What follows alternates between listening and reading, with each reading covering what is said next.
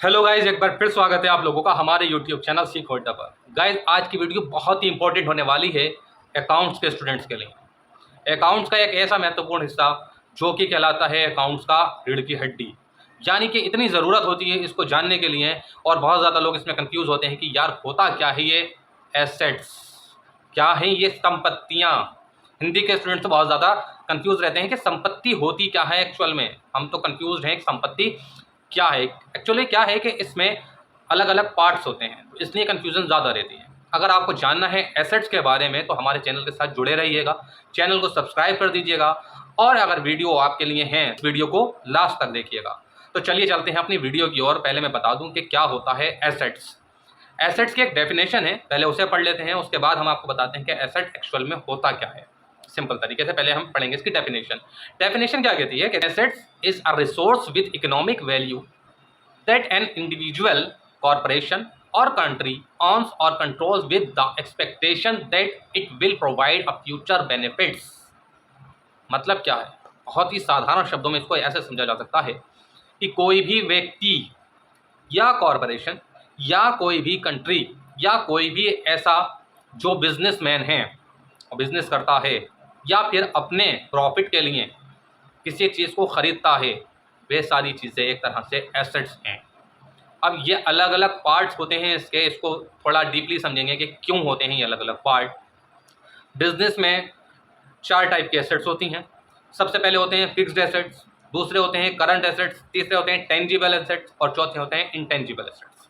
ये चार अलग अलग एसेट्स हैं जो आपको बिजनेस को रन करने में और आपके फ्यूचर में, लिखा है ना कि फ्यूचर बेनिफिट, कि आपको फ्यूचर में क्या बेनिफिट देंगे, वो सारी चीज़ें होती हैं हमारी एसेट्स।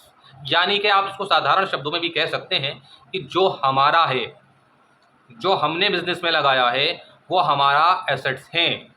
अगर किसी भी बिजनेस को स्टार्ट करते हैं तो आपको कुछ ना कुछ तो लगाना पड़ता है। बिजनेस कैसे स्टार्ट करेंगे? बिजनेस स्टार्ट करने के लिए सबसे पहले आप मुझे बताइए आपको क्या ज़रूरत होती है। अगर आप किसी जगह बिजनेस स्टार्ट करते हैं तो सबसे पहले तो आपको जगह की ही ज़रूरत पड़ती है। हो सकता है वो आपकी ऑन बिल्डिंग हो, बिल्डिंग हो गई आपकी सबसे पहले तो। जब तक जगह नहीं होगी तब तक आप बिजनेस स्टार्ट ही नहीं करेंगे।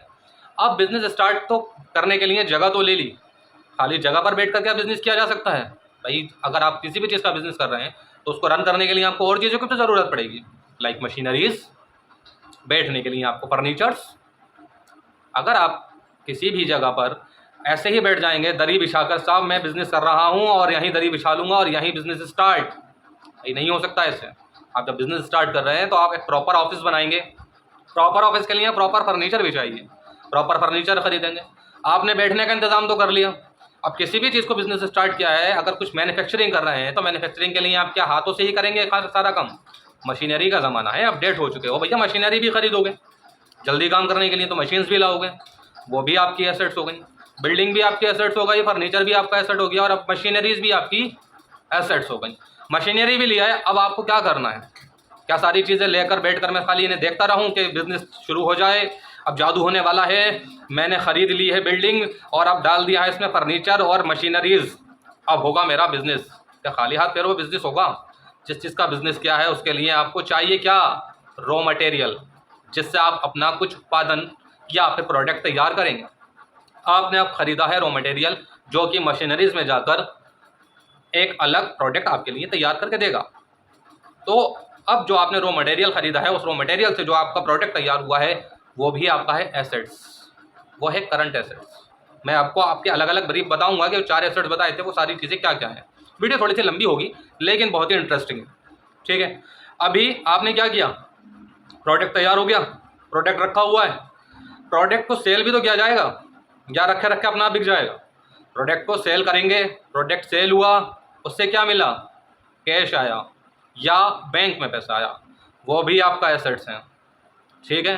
तो मैंने आपको स्टोरी में बता दिया कि एसेट्स आपका क्या है। एसेट्स आपका वो है जो आपका अपना है, जो आप अपने अपने ही पैसे से, अपनी कैपिटल से कह सकते हैं, जो बिजनेस में लगाया पैसा, उससे जो आप चीज़ें खरीद रहे हो वो सारा सब कुछ क्या है? आपका एसेट्स है। लेकिन याद रखिएगा कैपिटल आपकी लायबिलिटी रहती है हमेशा, एसेट्स नहीं, क्योंकि कैपिटल आपने बिजनेस को दी और बिजनेस अब आपको रिटर्न करेगा, इसलिए वो बिजनेस के बिहाफ पर लायबिलिटी है। लेकिन आप अपने आप उसे कह सकते हैं है मेरी संपत्ति। लेकिन अगर बिजनेस के बिहाफ पर देखेंगे तो बिजनेस के भी आप पर लाइबिलिटी है।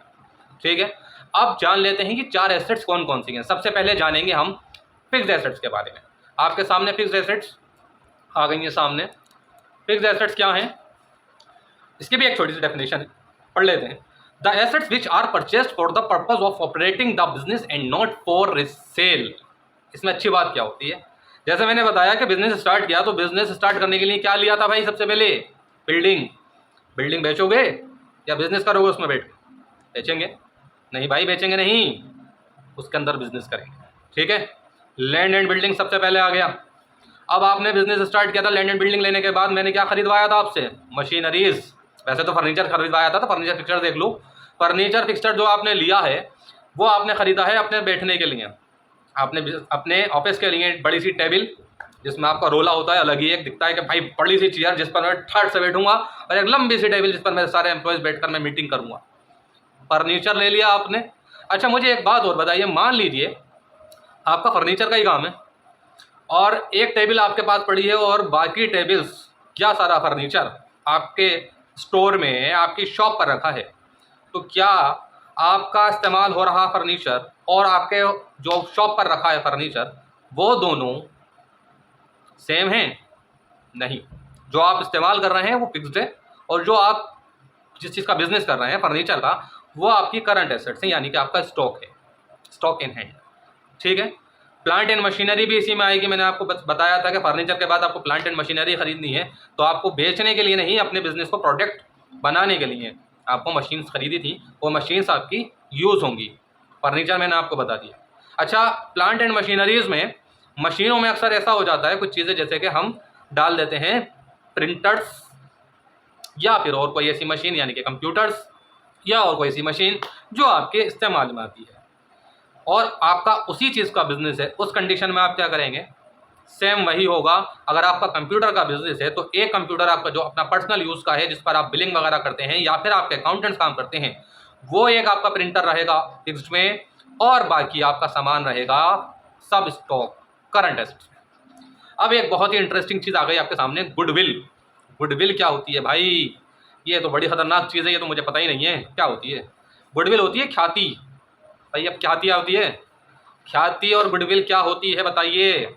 गुडविल होता है आपकी रेस्पेक्ट, यूँ समझ लीजिए, या फिर आपकी मार्केट में वैल्यू समझ लीजिए। गुडविल को आप वैल्यू समझ सकते हैं। एक्चुअल में क्या है, ये एक ऐसी एसेट है कि दिखाई नहीं देती। गुडविल होती है किसी की भी अपनी एक पहचान, जैसे सैमसंग ब्रांड है, आईफोन ब्रांड है, और बहुत सारे फ़ोन्स के ब्रांड्स आते हैं। इनकी क्या है, अपने आप में मार्केट है, मार्केट वैल्यू है। कोई जब किसी के पास आईफोन 14, 14 प्रो या बड़ा आईफोन नज़र आता है तो लोग देखते हैं, अरे भाई आईफोन चला रहा है अगला, फरारी चला रहा है अगला। तो क्या सिर्फ ये क्यों नहीं कह सकते कि फ़ोन चला रहा है या कार चला रहा है, उसके ब्रांड का नाम क्यों यूज़ किया जाता है? उसके पीछे उसकी ख्याति, उसकी गुडविल की वैल्यू है। समझ रहे हैं? गुडविल क्या है, अपने आप में एक चीज़ का फेमस हो जाना, उसकी अपनी एक रेपुटेशन हो जाना, उसकी अपनी एक ख्याति, अपनी एक रेस्पेक्ट हो जाना। आप ये नहीं कह सकते कि एक चाइना का फ़ोन उठा कर लाए आए या किसी भी ब्रांड का छोटा सा, और आप ये कह देंगे एप्पल का फ़ोन है, ये आईफोन है। ये पॉसिबल नहीं हो सकता, और ना ही कोई इस गुडविल को चुरा सकता है। तो इस गुडविल को इस्तेमाल नहीं किया जाता है, लेकिन इसकी वैल्यू होती है और ये फिक्स्ड एसेट में कहलाती है। ठीक है, अब आप आ गए अगले चीज़ पर, ट्रेडमार्क। ट्रेडमार्क क्या है? ट्रेडमार्क बहुत ही आप ये कह सकते हैं कि जो बड़े ब्रांड्स हैं उनका एक लोगो होता है। आपने जैसे मैंने अभी आपको बताया कि एप्पल का लोगो होता है सेब कटा हुआ, वो उसका ट्रेडमार्क है जिसके बिहाफ पर वो जाना जाता है। नाइकी का देखा है आपने, एक साइन करके लगा होता है। हर एक किसी का अपना एक ट्रेडमार्क होता है और लोगो होता है। वो ट्रेडमार्क क्या होता है, वो भी फिक्स्ड एसेट्स होती हैं। वो क्यों होती हैं कि उस लोगों के बिहाफ पर वो अपने प्रोडक्ट को सेल करते हैं। तो ये ट्रेडमार्क एक अपने आप में एसेट है जिसको कोई चुरा नहीं सकता। अगर कोई थर्ड पर्सन इसका इस्तेमाल करता है, किसी का लोगों को अपने किसी प्रोडक्ट पर लगाकर बेचता है, तो ये चीज़ नहीं कर सकता। ये इसलिए अपने आप में एक एसेट है, इसकी भी एक वैल्यू है। ठीक है, जैसे मैंने आपको बताया दो चीज़ें, गुडविल और ट्रेडमार्क, ये बहुत ही इंपॉर्टेंट चीज़ें हैं, इसको जानना बेहद ज़रूरी है। अब अगला है पेटेंट राइट्स। पेटेंट राइट्स क्या है? पेटेंट राइट्स होते हैं किसी भी चीज़ को इन्वेंट करके मार्केट में लेकर आना, तो जो उन्होंने इन्वेंट किया है और जो चीज़ उनके राइट्स हैं उस चीज़ पर, तो वो उसी के हैं। मान लीजिए मैं कोई एक प्रोडक्ट ऐसा इन्वेंट करता हूँ और नया प्रोडक्ट लाता हूँ मार्केट में, तो उसके राइट सिर्फ मुझे ही हैं, मैं किसी को वो शेयर नहीं करने दूंगा, ना ही उसको बेचूंगा। अगर मुझे अपना प्रोडक्ट बेचना है तो पेटेंट्स को बेचना होगा अपने सारे। जैसे कि अभी कुछ दिन पहले हुआ था कि व्हाट्सएप को ख़रीद लिया था फेसबुक के मालिक ने, तो फेसबुक और व्हाट्सएप अब एक हो गए हैं, यानी कि मेटा, इंस्टाग्राम, फेसबुक, व्हाट्सएप सब मेटा ही चलाता है और मेटा का अब एक ही मालिक है। तो ये ऐसे नहीं ख़रीदा गया था कि उन्होंने कहा मुझे व्हाट्सएप भेज दो और मैं इसको अब अपने यहाँ बेचूंगा या यूज़ करवाऊंगा। उन्होंने क्या किया, सारे अपने पेटेंट राइट्स फेसबुक को दे दिए और कहा अब आप ले लो। तो पेटेंट्स जब तक कोई यूज़ नहीं कर सकता, कोई इस्तेमाल नहीं कर सकता, जब तक उसका बनाने वाला उसको नहीं देगा किसी और को यूज़ करने के लिए।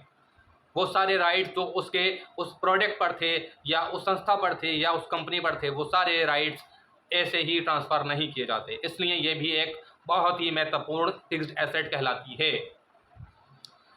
और अगला है लॉन्ग टर्म इन्वेस्टमेंट। अब आप मुझे बताइए कि क्या कोई एसेट्स, यानी कि कोई भी ऐसी पैसा जो मेरा है और मैं उसे कहीं लगा दूं, मैं यहाँ से पैसे की बात कर रहा हूँ, इन्वेस्टमेंट की बात कर रहा हूँ। कैश मेरा क्या होता है, करंट एसेट्स होती है, और वो मैं सारा का सारा पैसा इकट्ठा करके, अगर मेरे पास 1 करोड़ है, 100 करोड़ हैं या 1000 करोड़ हैं, वो मेरा करंट एसेट्स ही रहेगा।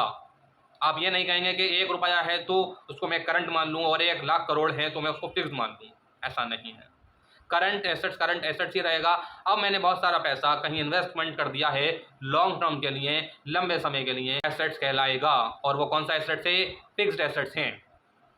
तो आपको बखूबी समझ में आ गए होंगे फिक्स्ड एसेट्स के बारे में मैंने आपको क्या क्या बताया। Land and building, plant and machinery, furniture and fixtures, goodwill, trademark, patent rights और लॉन्ग टर्म्स इन्वेस्टमेंट, ये सारे आपके फिक्स्ड एसेट्स हैं। अब बात करते हैं करंट एसेट्स के बारे में। करंट एसेट्स क्या हैं? Current asset, these assets which are kept in business for resales purpose.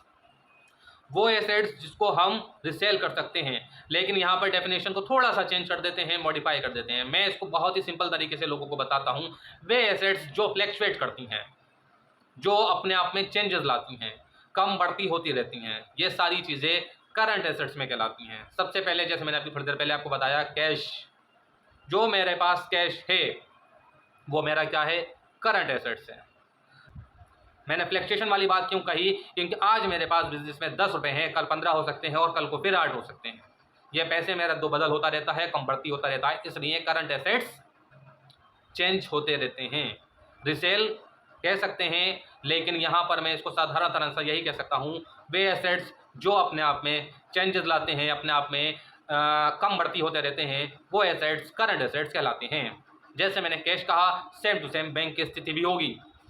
मैंने अपने बिजनेस के लिए एक बैंक में अकाउंट खुलवाया, करंट खुलवाया या सेविंग खुलवाया, डजेंट मैटर, लेकिन बिजनेस के लिए मैंने एक बैंक में अपना अकाउंट खुलवाया है। बैंक में जो बैलेंस है वो भी फ्लैक्चुएट होगा। मैंने अकाउंट खुलवाया था 5000 से, मुझे ज़रूरत पड़ गई 2000 की, निकाल ली। अब बैंक में बैलेंस कितना है? 3000। फिर मैंने उसके अंदर 4000 डाल दिए, बैंक में बैलेंस कितना हो गया? 7000। तो बैंक का बैलेंस कम बढ़ती हो रहा है। इसी तरह से जैसे कैश हुआ वैसे ही बैंक हुआ। अब जो स्टॉक है, ये कौन सा स्टॉक है? जैसे स्टार्टिंग में मैंने आपको बताया था कि अगर आप मैन्युफैक्चरर हैं और आपने रॉ मटेरियल से कुछ स्टॉक बनाया है तो वो भी मेरा कम बढ़ती होगा। आज मेरे पास स्टॉक की वैल्यू 1000 रुपये की है, कल को कुछ बिक गया, उसमें से 800 रह गई, मैंने कुछ और बना लिया, 1200 हो गई। या मैं ट्रेडिंग करता हूँ, आज मैं खरीद कर लाया हूँ 1000 का और मेरा बिक गया सारा का सारा, मैं कल को फिर दोबारा से लेकर आ गया 2000 का, तो आज वैल्यू चेंज हो गई। तो स्टॉक चेंज होते रहते हैं, जैसे मैंने आपको बताया कि सारी चीज़ें चेंज होती रहती हैं। अब ये जानेंगे कि बिल्स रिसीवेबल क्या है। बिल्स रिसीवेबल एसेट्स कैसे हो गई हमारी? भाई आप सिंपल सा समझो कि आपने किसी को कुछ सामान बेचा है। अब आप सामान बेचने बैठे हैं तो आप कुछ ना कुछ तो उससे लेंगे। मान लीजिए आपने कुछ सामान किसी को दिया 1 लाख रुपए का और उसने आपको 50,000 रुपये दिए। बिल्स जिस चीज़ के अगेंस्ट आपने दिया था उस बिल्स के अगेंस्ट आपको पैसा मिलना चाहिए बाकी। इसीलिए ये करंट एसेट्स हैं कि आपके पास से गया स्टॉक और आपके पास आएगा कैश या बैंक, तो तीनों चीज़ें ही करंट एसेट्स हैं। इसी के बिहाफ पर बना ये बिल रिसीवेबल, इसी के बिहाफ पर आपको मिल रहे हैं पैसे। इसी तरह से सामान के बदले या फिर किसी कर्ज के बदले आपने किसी को कर्ज दिया, वो भी रिटर्न में दिया था और उससे पैसा वापस आना है, वो भी आपकी एसेट्स ही हैं, करंट एसेट्स ही हैं। ठीक है। एक है अक्रूड इनकम। ये बहुत कम लोग जानते हैं कि ये इनकम होती क्या है। ये अक्रूड इनकम क्या होती है? अक्रूड इनकम होती है कि वह इनकम जो कि मिलनी है, मुझे पता है मुझे प्राप्त होगी। मान लीजिए मैंने शेयर्स में लगाया था पैसा, मुझे कन्फर्म था कि मिलेगा लेकिन नहीं मिला, या फिर किसी डेटर से मुझे पैसा रिसीव होना है, ज़मानों से मिल ही नहीं रहा है, लास्ट ईयर भी नहीं मिला, उससे लास्ट ईयर भी नहीं मिला, मेरे पास चलता आ रहा है। अब है प्रीपेड एक्सपेंसेस। ये क्या चीज़ है? प्रीपेड एक्सपेंसेस क्या होता है भाई? प्रीपेड एक्सपेंसेस होते हैं, आप खुद समझ लो, प्रीपेड रिचार्ज और पोस्टपेड रिचार्ज से थोड़ा सा अनुमान लगा लो ये कौन से खर्चे हो सकते हैं। प्रीपेड होते हैं जो पहले से एडवांस में खर्चे कर दिए गए हैं। मैं अपना फ़ोन का रिचार्ज कराता हूँ, क्या आप कराते हैं? तो कैसे कराते हैं? पहले ही तो कराते हैं, खर्च तो बाद में होता रहेगा। पोस्टपेड वालों का अलग मसला होता है कि वो क्या करते हैं कि पहले इस्तेमाल कर लेते हैं, उसके बाद जो महीने का बिल आता है जैसे बिजली का, उसके बाद जमा होता है, वो पोस्टपेड है। अब प्रीपेड वाले मीटर भी लग रहे हैं, आप रिचार्ज कर लो और अपने इलेक्ट्रिसिटी यूज़ करते रहो। सेम चीज़ यहाँ पर है। अब आप कहेंगे सिर्फ क्या बिजली का बिल और फ़ोन का बिल ही प्रीपेड एक्सपेंसेस हैं? नहीं, वो सारे खर्चे जो पहले से दे दिए जाएँ। मान लीजिए किसी एम्प्लॉय को सैलरी पहले से दे दी, किसी लेबर को सैलरी पहले से दे दी, बिजली का बिल पहले से जमा कर दिया, किराया पहले से दे दिया, ये सारे खर्चे आपने पहले से जमा एडवांस दे रखे हैं। अब ये सोच रहे होंगे आप ये एसेट्स कैसे हो गई? तो मेरे खर्चे हैं। ये एसेट्स इसलिए हो गई क्योंकि अभी आपने चीज़ इस्तेमाल नहीं की है। प्रीपेड एक्सपेंसेस इसलिए करंट लाइबिलिटी हैं और इसमें चेंजेस भी हो सकते हैं। मान लीजिए आज आपने रिचार्ज किया था 1 महीने का, वो 1 महीने चला ही नहीं, वो ख़त्म हो गया पहले ही। आपने कोई ऐसा रिचार्ज किया जिसमें आपको सिर्फ नेट मिला, उसकी वैलिडिटी थी 15 दिन, आपने 2 दिन में ख़त्म कर दिया, जल्दी ख़त्म हो गया। तो बहुत सारे खर्चे ऐसे होते हैं जो चेंजेस लाते रहते हैं अपने आप में। तो कहने का मकसद यही है, वो सारे खर्चे जो पहले से कर दिए जाएं वो हमारे करंट एसेट्स बन जाते हैं। और करंट एसेट्स बनने का दूसरा रीज़न ये भी है कि अगर आपने 2 महीने या 3 महीने के लिए कोई प्रीपेड किया है तो 2 या 3 महीने बाद वो ख़त्म हो जाएगा, इसलिए वो करंट एसेट्स और है। समझ रहे हैं आपको? क्या आना चाहिए कि भाई कोई भी खर्चा एक लंबे समय के लिए तो आप नहीं कर सकते ना स्टार्टिंग से। 1 साल के लिए भी करेंगे तो 1 साल बाद खत्म तो होना ही है ना, फिक्स तो नहीं हुआ। क्या आपने हमेशा ज़िंदगी भर के लिए किसी को किराया दे दिया कि भाई अब तो बिल्डिंग मेरी हो गई? ये पॉसिबल नहीं है। या सैलरी एक एम्प्लॉय मैंने ऐसा रखा है कि एक बार में मैंने उसको सारे पैसे दे दिए, अब ज़िंदगी भर मेरे लिए काम करेगा? ये पॉसिबल नहीं है। कोई भी एम्प्लॉई, कोई भी बिल, कोई भी एक्सपेंसेस आप एक टाइम में ज़िंदगी भर के लिए या जब तक आपका बिजनेस चलेगा तब तक के लिए नहीं कर सकते हैं, इसलिए ये प्रीपेड एक्सपेंसेस करंट एसेट्स में आते हैं। ठीक है। जैसे फिक्स एसेट में था लॉन्ग टर्म्स, उसी तरीके से शॉर्ट टर्म इन्वेस्टमेंट होते हैं करंट एसेट्स में। छोटा सा इन्वेस्टमेंट कर दिया कुछ समय के लिए और उससे जो मुझे कुछ प्रॉफिट हुआ या फिर लॉस हुआ या कुछ भी होता है, लेकिन मैंने शॉर्ट टर्म के लिए इन्वेस्ट किया है, तो वो मेरा करंट एसेट्स ही कहलाएगा। वीडियो थोड़ी सी लंबी होती जा रही है लेकिन बहुत ही इंपॉर्टेंट है और बहुत ही मज़ेदार वीडियो बन रही है। आप लोगों के समझ में आ रहा होगा कि वाकई में बिजनेस में एसेट्स की क्या वैल्यूज़ हैं। तो चलिए अब चलते हैं, हमारे पास 2 एसेट्स बची हैं, टेंजिबल एसेट्स और इनटेंजिबल एसेट्स। इसकी एक छोटी सी डेफिनेशन है, उसे पढ़ेंगे। Tangible assets are those assets which have physical existence, they can be seen and touched. बस सिंपल सा इतना बताना चाहूँगा, टेंजिबल एसेट्स ऐसी जिसको मैं छू सकता हूँ, जिसको मैं एक जगह से दूसरी जगह ट्रांसफ़र कर सकता हूँ, वो सारी टेंजिबल एसेट्स हैं। अब उसमें भले से वो फिक्स्ड हो या करंट हो, डजेंट मैटर। आपसे कोई पूछता है टेंजिबल एसेट्स कौन सी होती हैं, आप सिंपल सा कह देंगे टेंजिबल एसेट्स वो होती हैं जिसको एक जगह से दूसरी जगह मूव किया जा सकता है, टच किया जा सकता है। यहाँ पर एक लिखा है सीन, सीन इंटेंजिबल भी होती हैं। भाई आंखों से तो देखोगे, छू तो नहीं सकते, लेकिन दिख तो रही है ना। लेकिन यहाँ पर आप सिर्फ ये कह सकते हैं जिस एसेट्स को, जिस संपत्तियों को हम एक जगह से दूसरी जगह ट्रांसफ़र कर सकते हैं, एक जगह से दूसरी जगह उठाकर रख सकते हैं या छू सकते हैं, वो सारी एसेट्स टेंजिबल होती हैं। उसमें भले से करंट हो या फिक्स्ड हो।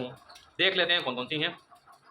स्टार्टिंग से ही बात कर लेते हैं। मैंने बिल्डिंग बताई थी, बिजनेस स्टार्ट करने के लिए मैं उसे छू सकता हूँ, ट्रांसफ़र भले से नहीं हो सकती लेकिन छू सकता हूँ। दिख रही है, मैं उसके किसी पिलर को पकड़ के हक कर सकता हूँ, भाई वो मेरी एसेट है और फिक्स्ड वाली है। इसी तरह से मशीन मेरी क्या है, फिक्स्ड है, लेकिन मैं इसे छू भी सकता हूँ और इधर से उधर ट्रांसफ़र भी कर सकता हूँ। फर्नीचर मेरा फिक्स है और मैं इसे इधर छू सकता हूँ और ट्रांसफ़र कर सकता हूँ। स्टॉक है, सेम कंडीशन है, इधर से छुआ जा सकता है, वो तो होता ही है मूव। इसमें कैश भी आ सकता है, वो भी आपका टेंजिबल एसेट्स हैं।